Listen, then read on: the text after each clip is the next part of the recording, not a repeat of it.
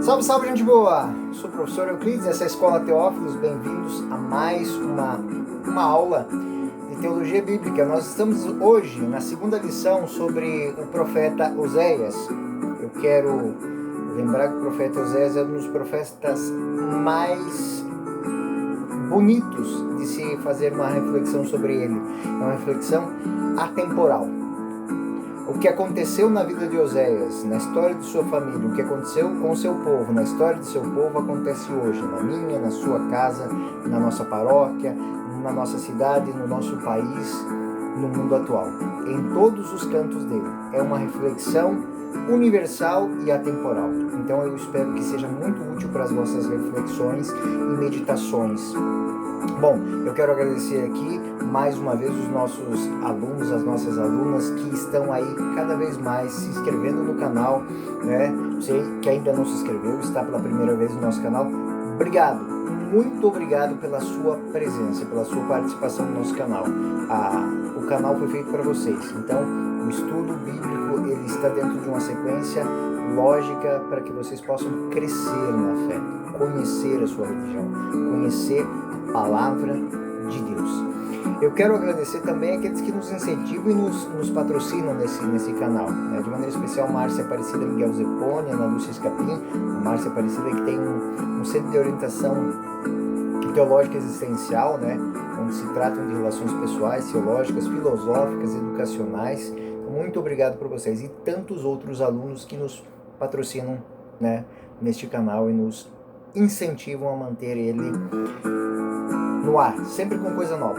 Em breve teremos novidades, né? Talvez nós teremos vídeos diários sobre a aplicação da liturgia, da Palavra de Deus na liturgia diária, na liturgia católica. Ou seja, você sabe que a liturgia católica ela é uma ferramenta catequética, né? Então, se você for à missa todos os domingos durante 3 anos, você faz uma leitura quase que completa da Sagrada Escritura. Se você for todos os dias na missa, em 2 anos você repassa todos os livros bíblicos, ou seja, a Bíblia de uma ponta a outra, né?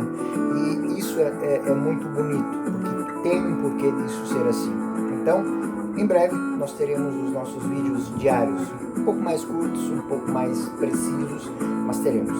Vamos à aula de hoje? Segunda lição, a estrutura do texto e síntese teológica. A história pessoal de Oséias é o ponto de partida para compreendermos a sua profecia. Embora o enredo seja um tanto exótico, porque é no dramático caso do casamento pessoal que domina a história de Oséias que nós vamos encontrar a marca maior da pregação do profeta. É aqui que nos pormenores da vida de Oséias que nós encontramos a estrutura da sua profecia. Como eu disse, ela é um pouco exótica, mas ela é extremamente atual. Portanto, compreender a história de Oséias e sua família é fundamental para qualquer leitor do texto entender a sua profecia. A reconstrução mais confiável é a seguinte. Bom, o profeta se casou com Gomer, né? Gomer, uma mulher honesta, amada a princípio, que lhe deu 3 filhos, 2 filhos e uma menina, né? Jezrael, que significa Deus semeia, e vai fazer menção à terra onde está o profeta Oséias e sua família, é uma terra de grande abundância, de grande fertilidade. Lo Ruhaná, que significa em hebraico não amada, ou aquela quem não deve se ter piedade. Nós vamos encontrar isso em Oséias capítulo 1, versículo 6. E Lo Ami, não sois meu povo em hebraico, ou eu não existo para vós, né? E esses nomes tem logo mais nós vamos entender que esses nomes eles têm um porquê de ser. Elas são expressão da ação de Deus, ou seja, Deus que semeia, depois Deus que não é amado, depois Deus que é rejeitado como líder do povo. Então é toda uma dinâmica, né? Depois de algum tempo, Gomer se desgostou da casa do marido e quis algo melhor, segundo ela, para a sua vida. Abandonou o marido e foi se juntar a um outro homem. Ou mais provavelmente não a um outro homem, mas a outros homens, indo se prostituir nos ritos sagrados, nos templos cananeus. ritos de fertilidade. Então as mulheres iam para lá e praticavam a prostituição como ato religioso para ganhar dinheiro, né? Essa aventura entristeceu profundamente o coração do profeta, porque o profeta durante muito tempo ele não entendeu como tem tudo. Eu lhe dei a dignidade de esposa, de mãe, ela tem uma casa, ela tem uma dignidade, e ela deixa tudo isso por dinheiro. E aqui que começa a se encontrar a grande lógica do texto, porque Israel faz exatamente a coisa.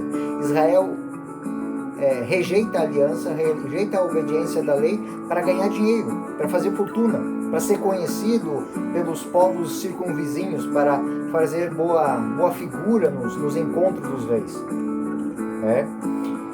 Então o profeta fica profundamente desgostoso com isso e ele é atingido na sua prerrogativa de pai, de marido, de esposo. Só que Deus pede a Oséia algo inusitado, que voltasse com a mulher adúltera, com quem ele voltou a viver feliz, né?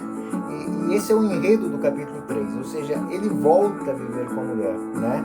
E essa, embora seja uma dolorosa experiência do profeta, ela foi tida como o símbolo da relação entre Deus e o povo de Israel. E nesse significado simbólico nós podemos acertar 3 coisas. Então, primeiro, a esposa adúltera representa o povo infiel, ingrato por tudo aquilo que teve na relação familiar. Depois, o esposo traído se torna modelo do amor poderoso e constante de Deus, que perdoa, que recria. E a prostituição é a imagem da idolatria do povo. Então, o foco é a história de uma família onde ela foi destroçada, desgraçada pela ambição de um dos entes que abandona o todo para pensar só em você. Então é um ato de orgulho, é um ato de egoísmo. E através dessa sua profecia, mostrando a sua vida, ele faz uma denúncia vigorosa à idolatria do povo, que ele considerava prostituição da mesma maneira que os outros profetas também consideram. E ele desmascara as intrigas políticas, internas e externas, promovidas de maneira incansável pelos regimes monárquicos, não para outra coisa, simplesmente para mostrarem serviço, para serem melhores que os outros, né? Então, por incrível que pareça, esses reis, eles querem superar Salomão, eles querem superar Davi, mas não através da fidelidade, não através do compromisso. Eles querem superar através da fartura, da abundância, da opulência. Então, o próprio profeta, quando ele vai fazer os seus relatos biográficos, no capítulo 3, 1, 5 e em Oséias 2, ele vai falar sobre isso, ele vai mostrar isso. Em Oséias 1, 2, 9, de maneira especial, é quando ele nomina os filhos. Ele está dizendo exatamente: Deus semeou, nós o rejeitamos, nós não tivemos piedade, nós não queremos mais Deus. Então, esta maneira de falar do povo de Israel usando a sua própria história pessoal, ela é exótica, mas ela é muito própria. Bom, o profeta, ele não escreveu, os seus textos são compilações que foram feitas através de textos coletados pelos seus discípulos, que organizaram, não de acordo com uma ordem lógica ou cronológica, eles organizaram por temas. Então, se nós pensarmos como são esses temas, eu vou dar um exemplo para vocês. Por exemplo, se nós pegarmos Oséias 2, do versículo 2 ao versículo 15, nós vamos ter, o tema é fidelidade e bênção e fidelidade e castigo. Oséias 5, 8 a 6, nós vamos ver o afastamento que leva à morte, o retorno que leva à vida. E no capítulo 8, a temática, o gancho, a palavra gancho, são as obras que desagradam. Ou seja, rejeitar o bem, a usurpação do poder, confiar nos estrangeiros, a religiosidade externa e falsa. Ou seja, eu vou no templo, peço culto a Deus, mas depois eu saio dali e vou no templo cananeu me prostituir. Ou eu vou no templo cananeu me prostituir para pegar dinheiro, para vir no templo ofertar sacrifícios. Ou seja, isso é um incenso. Ou seja, você é infiel para ser fiel. É o que ele vai mostrar que Gomer fazia. É a história de Israel, né? Israel que foi, desde o princípio. Os filhos por orgulho, por vaidade, por ciúmes, vendem um dos seus irmãos para o Egito. E é do Egito que vem a salvação. Então, isso está impregnado na história de Israel, essa infidelidade, esse desejo de se mostrar, esse desejo de... Isso está lá no livro do Gênesis, nós vemos Caim e Abel, a relação deles. Então, isso tudo vem para dentro da história do profeta Oséias. É por isso que ele é tão rico, ele é tão generoso com essa história. Bom, após a queda do Reino do Norte, o profeta Oséias, que estava no Reino de Israel, no Reino do Norte, até 722, foi levado para Jerusalém, onde sofreu um trabalho de revisão e um retrabalho para adaptar a sua profecia feita no Reino do Norte para ser feita no Reino do Sul. E quando a gente lê o texto, a gente percebe isso. Ele está fazendo profecias contra Efraim e contra Israel. E aí, o último versículo, ele fala sobre a piedade com a casa de Judá. Ou é piedade, ou é um convite à conversão. Sempre isso. Nós vamos ver isso em Oséias, capítulo 1, versículo 7, onde ele vai fala sobre o que vai acontecer com Israel e com Efraim, e depois fala piedade da casa de Judá. Oséias 3, procuram o Yahvé, e Davi seu rei. Davi é o protótipo do rei perfeito, mas que é o rei do reino de Judá, onde está a dinastia davídica.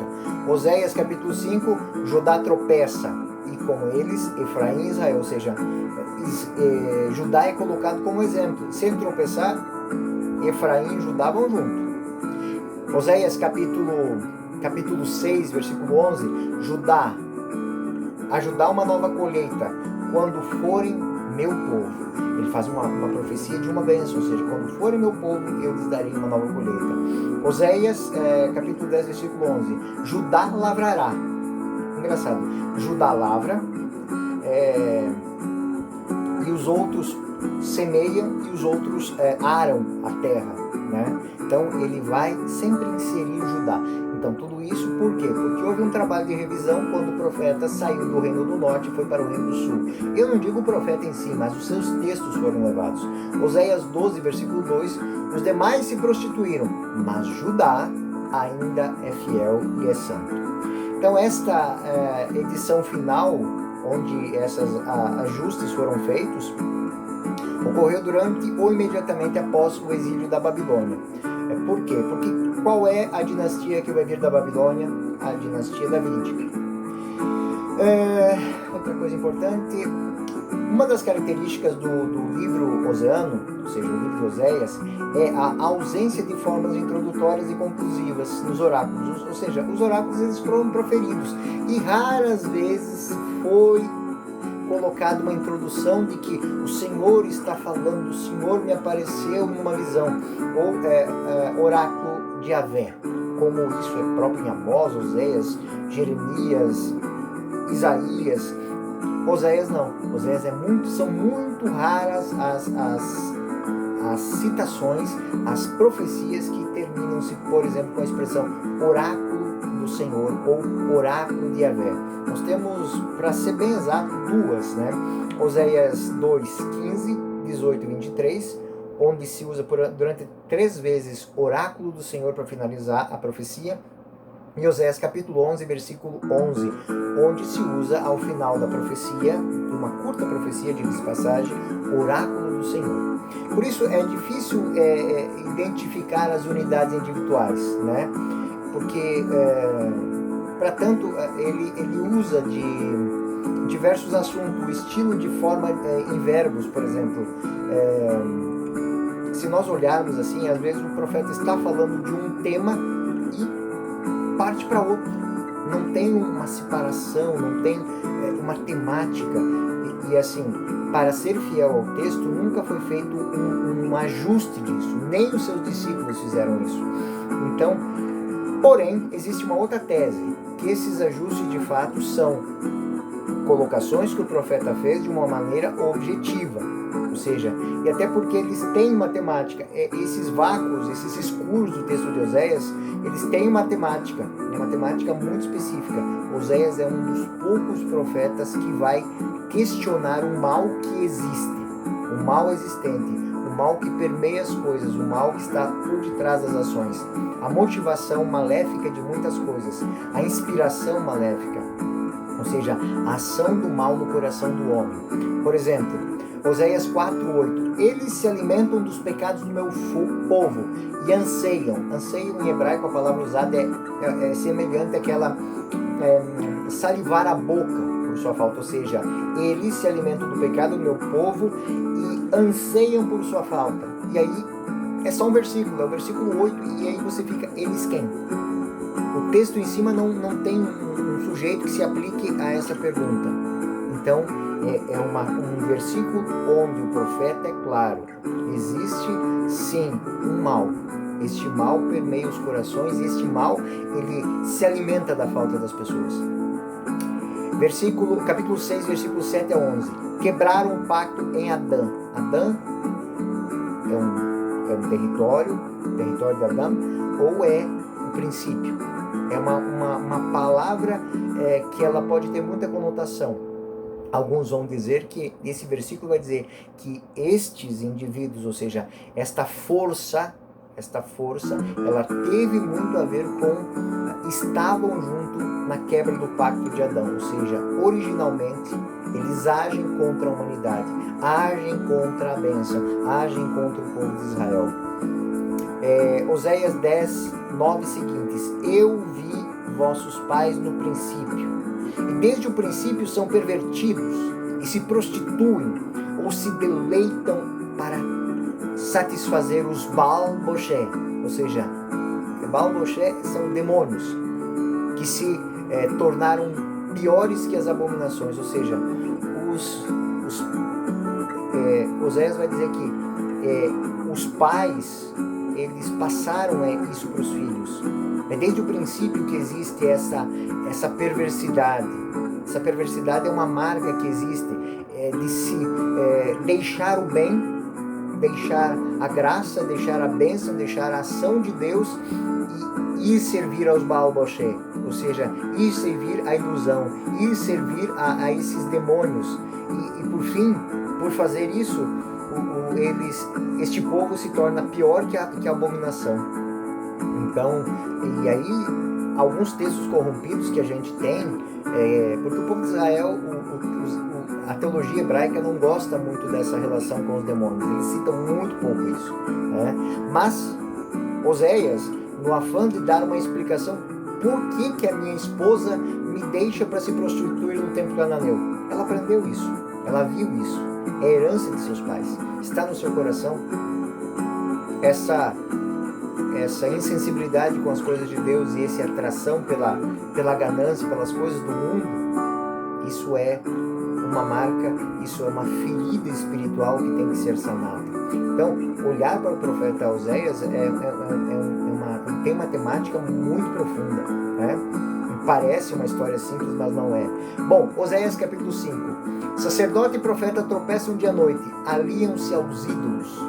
Ou seja, os próprios sacerdotes, os próprios profetas se pervertem pelos ídolos. Oséias está fazendo uma análise do coração do povo de Israel, das ações do povo de Israel. Ele está vendo que não é só na vida da esposa dele, não é só na vida do reino do norte ou do reino do sul. Isso acompanha Israel. Oséias 5:2, eu castigarei a todos. Todos quem?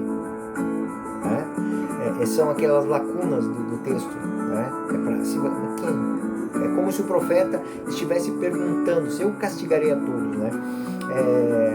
Oséias 6:3, apliquemos a conhecer o Senhor, sua vinda é certa como a aurora, ele virá a nós como a chuva da primavera que irriga a terra, sua vinda é inevitável. Então ele diz assim, não percam tempo com os ídolos, se voltem para Deus, o conheçam, porque ele vai chegar. Para nós cristãos isso é fundamental. Desde o profeta Oséias, 300 anos antes do Cristo, um profeta está dizendo, gente, abram os olhos, Deus está às portas, ele vai vir. Se vocês não o reconhecerem, vocês vão o rejeitá-lo. Oséias capítulo 8:13, oferecem sacrifícios que amam, comem carne, mas o Senhor não se compraz nelas. Doravante se lembrará da iniquidade deles e os punirá de seus pecados. Voltarão para o Egito. O texto corrompido que mostra que Israel chegou ao nível de, junto com os povos cananeus, sacrificar seus filhos. O capítulo 9, versículo 13 é mais enfático nisso. Efraim deve entregar seu filho ao carrasco. Novamente cita-se sacrifícios humanos, ou seja, a que ponto chega a perversidade do coração? A que ponto chega a influência do mal na vida de Israel? E aí quando a gente se pergunta, mas um Deus tão bom mandar o seu povo para o exílio, mandar seu povo para fora da sua terra, é que Israel se perverteu a tal ponto que ele precisava passar por uma purificação, ele precisava tirar a casca que havia criado nos seus corações. Oséias 13, versículo 10. Onde está teu rei, para que ele te salve de todas as tuas cidades? E teus magistrados, onde estão? Porque dizias, dá-me um rei e príncipes. Deite um rei no meu furor e te retiro na minha indignação. Ou seja, quando os povos estrangeiros vêm, o rei protege. Mas e quando é Deus que se volta contra o povo? O rei é o primeiro a ser ferido. Então o rei é o primeiro que perde o poder. Então essa dinâmica é para que a gente possa entender, essa explicação que dei até agora, para a gente entender como o livro do profeta Oséias ele é muito amplo, é para uma reflexão muito cotidiana. O meu culto, as minhas orações, a minha ação, a minha caridade, a minha devoção, ela é fruto do meu amor irrestrito a Deus, ou ele é um ato interesseiro? É a grande pergunta de Oséias, uma chave de leitura. Eu amo porque amo, como Oséias ama a sua esposa, ama porque ama, independente dos seus erros, ele a ama, porque ela é importante para ele. Ou eu amo porque me dá alguma coisa, porque Gômero amava Oséias porque ele lhe dava alguma coisa. Mas quando ela achou algo que para ela tinha um valor maior, ela deixa seus filhos, deixa sua casa, né?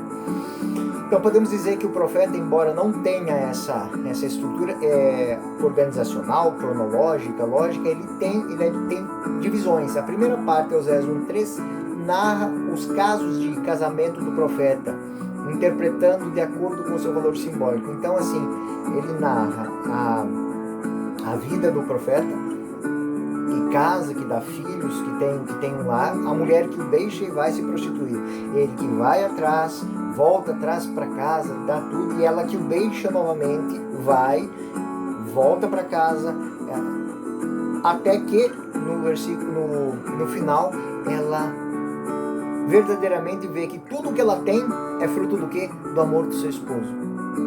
Tudo que ela tem lhe foi dado.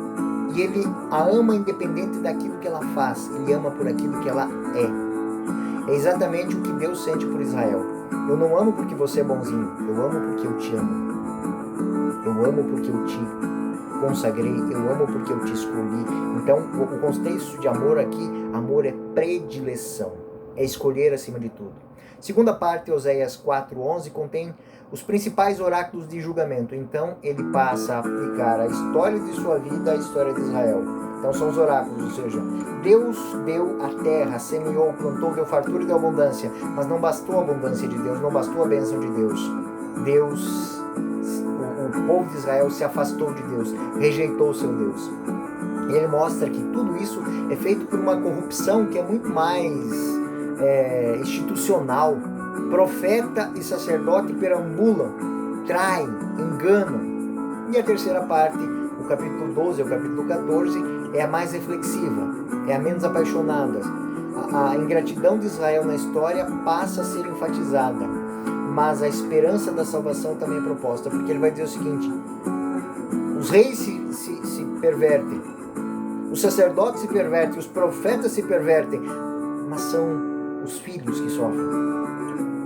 São os filhos que levam o nome, os filhos que passam a não ser amados, os filhos que passam a ser considerados, ninguém ter piedade por eles, porque eles são filhos de uma prostituta. Então, é muito bonito, ou seja, Israel, os reis, na sua opulência, no seu afã de ter, eles se esquecem do povo, o povo passa a ser oprimido pelos povos estrangeiros, escravizado pelos estrangeiros, enquanto os reis ganham dinheiro. Então, o versículo final de Oséias, capítulo 14, versículo 10, contém uma reflexão da natureza sapiencial. Ele vai mostrar, né, que no plano de Deus isso não é para acontecer. Deus não está afim do sacrifício do povo, Deus não está afim do sofrimento do povo. Deus quer o coração, Deus quer um retorno vigoroso, um retorno verdadeiro para casa. Deus não quer ser amado por medo, Deus quer ser amado por predileção, por reconhecimento, por amor irrestrito. Então, nós vemos que a divisão do livro vai ter um título, o casamento de Oséias, né? Os oráculos de ameaça e salvação, e um relato sobre a perversão. E assim, se a gente fosse fazer uma pequena síntese teológica sobre Israel, sobre o texto, de maneira nova e original, Oséias descreve o relacionamento entre Deus e o povo com base na Aliança do Sinai. Ele vai fazer uma memória. A Aliança do Sinai é o casamento.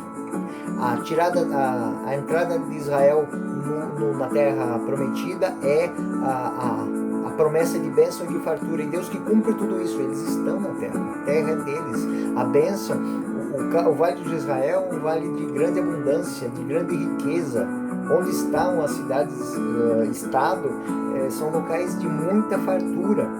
O povo de Israel é querido, é respeitado, mas o povo não tem a fidelidade que devia ter ao Senhor. Então ele vai mostrar o êxodo do Egito, tudo é marca de Deus, né? Então, e ele vai falar que os principais responsáveis pela decadência do povo são os próprios líderes.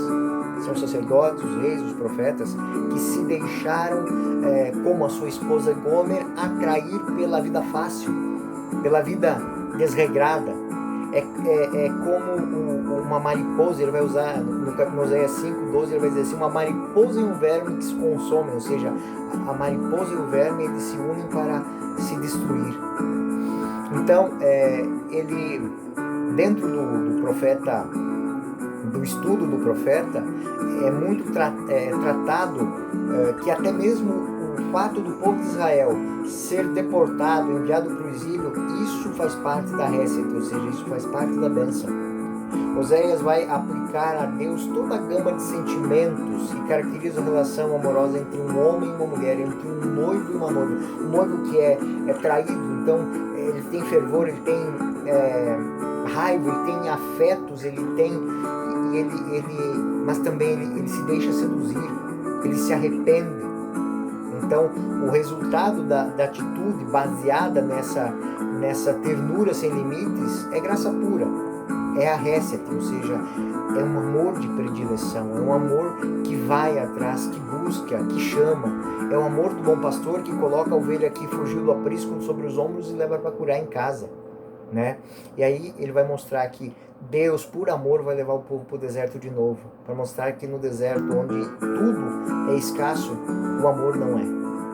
E ele vai pagar o preço do casamento, ou seja, Oséias, por amar profundamente, ele passa por cima do seu amor próprio e vai 3 vezes atrás da sua esposa, até que a esposa se dá conta de que ele a ama mais que tudo que ela já teve. O amor dele é mais forte que a fortuna, é mais forte que o dinheiro, é mais forte que tudo.